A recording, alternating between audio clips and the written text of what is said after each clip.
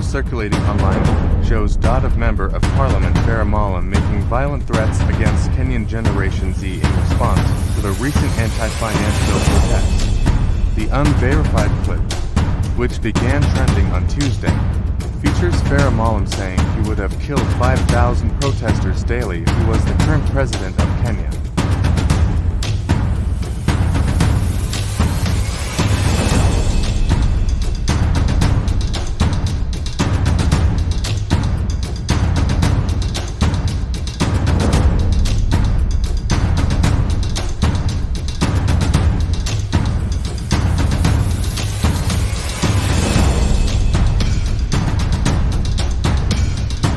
Kenyans are calling for the immediate arrest of the Member of Parliament and legal action taken against him after the video emerged showing him inciting violence against the young protesters.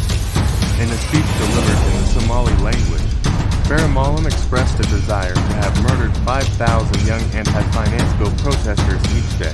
Maalim criticized the young protesters, alleging they came from wealthy backgrounds and had been raised from illegally obtained wealth. Their parents, he further claimed, were behind the nationwide unrest. He compared their actions to a coup and said they needed to be dealt with.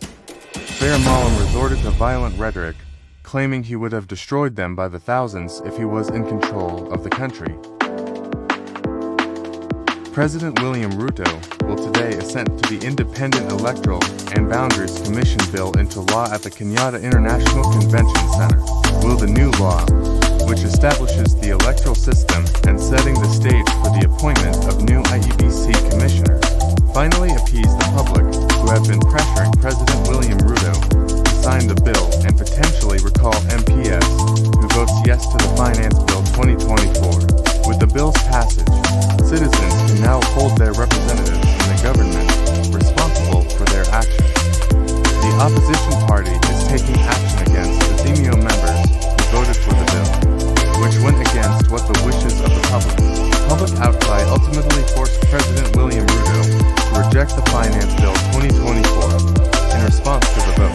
Some voters are threatening to recall members of Parliament who voted yes in favor of the Finance Bill 2024. Voters in Kenya have the power to remove their MP from office through a recall process. There are 5 steps involved, including collecting signatures from a significant portion of voters. The MP gets a chance to defend themselves before a vote is held, and a high turnout alongside a majority vote in favor required for a successful recall. This process allows voters to hold MPs accountable for serious offenses like violating laws, misconduct, or misusing public money. Human rights groups, including Amnesty International Kenya, paint a grim picture of the aftermath of recent protests. Dozens of participants are missing, presumed dead, while others remain in hiding, fearing arrest by state agents.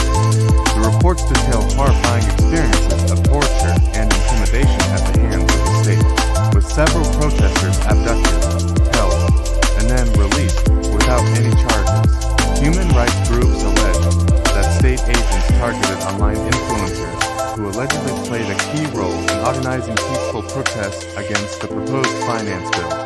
The bill, seen by many as unfairly increasing taxes, sparked public outrage.